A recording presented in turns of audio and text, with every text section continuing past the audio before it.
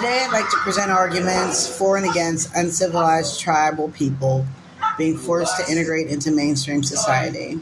What did you do with the money? Tribal people have a long and rich history of preserving their culture and being separated from society. Although they have much to offer in terms of culture and knowledge, they've often been marginalized and excluded from a lot of the mainstream participation. Some of these areas in which their exclusion is most prevalent can be seen in education, healthcare, and access to food and resources.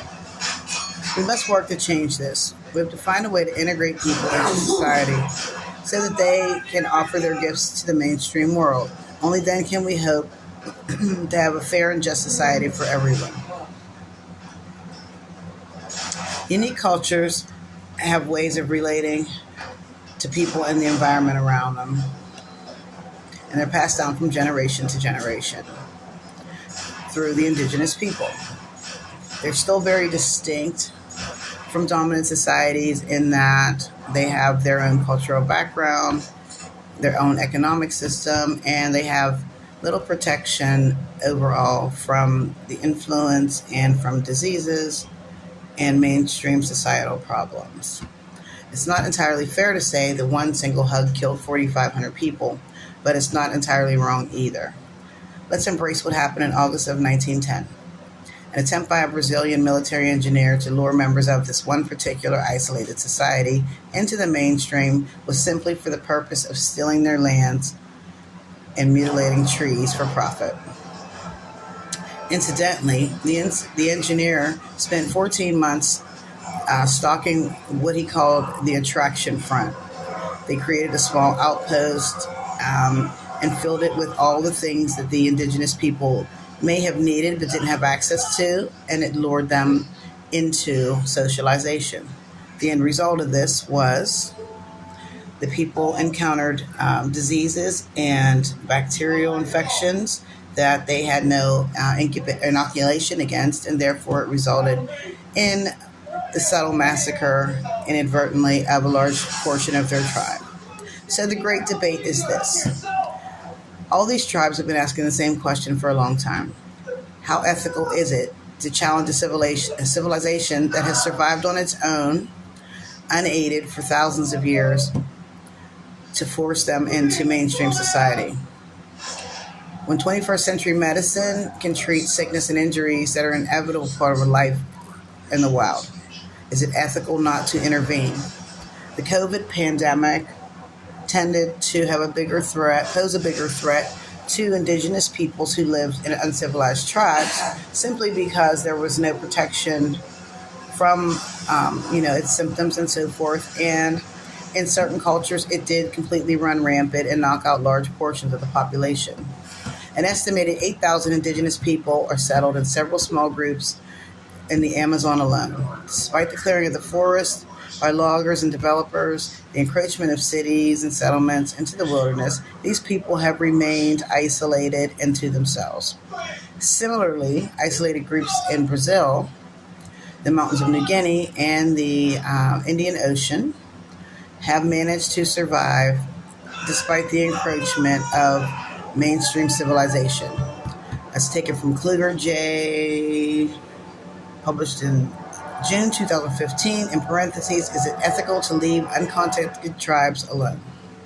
So the experts and the advocates for remote Aboriginal communities, not just in Brazil, but also elsewhere in the world, say they fear the geographic remoteness and an inability to socially isolate and poor access to health care might mean the COVID-19 pandemic could further imperil the existence of these groups that survived earlier outbreaks. That comes from, in parentheses, Marks W. Apaya, LA, NBC News, published April 22nd, 2020, in parentheses. And here's one man's particular story. Imagine having the mental strength and fortitude to carry on when a loved one dies around you for no clear reason at all. There's a strange epidemic ravaging your community, and in a matter of days, for example, the devastating effects of the new disease are well known to most of the people, and 90% of them have been killed by this disease that's still unknown to your tribe. There's nothing romantic about avoiding contact. However, in light of the story I just told, it's understandable why these people choose not to integrate into mainstream society. Now, we don't know who this man is. We don't know the name of his tribe or what language he speaks. However, his tribe has been completely decimated and he is the sole survivor. That being said, when he dies, so will his language, all of his cultural background, and everything that his people knew and maintained and preserved amongst themselves for literally thousands of years. There lies the debate. Forced contact denies that choice to those who choose not to contact mainstream society. There are educational challenges as well. Even though education is often irrelevant to tribal people, when forced to integrate, indigenous students often find that the education that they're offered is irrelevant in the life that they live. The state promotes individualism and competitive atmosphere opposed to the communal ways of life and cooperation in the background from which they come. They are not taught relevant survival and work skills suitable for indigenous economies, and they often return to their communities with a formal education but no practical life skills. They're forced to seek employment in a national economy, which leads to a vicious cycle of social fragmentation. It's a lose-lose situation for them. So, in summary, in my opinion, it is unethical and should be illegal, according to the United Nations, to force uninhabited indigenous tribes into the mainstream of society.